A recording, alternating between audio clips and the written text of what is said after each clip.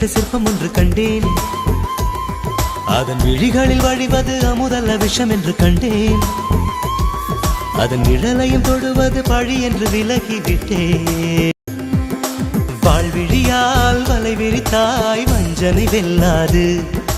வலைகளிலே மீன் சிக்கலாம், தண்ணீர் என்றும் சிக்காது. வா என்றால் நான் வருவதில்லை, போ என்றால் நான் மறைவதில்லை.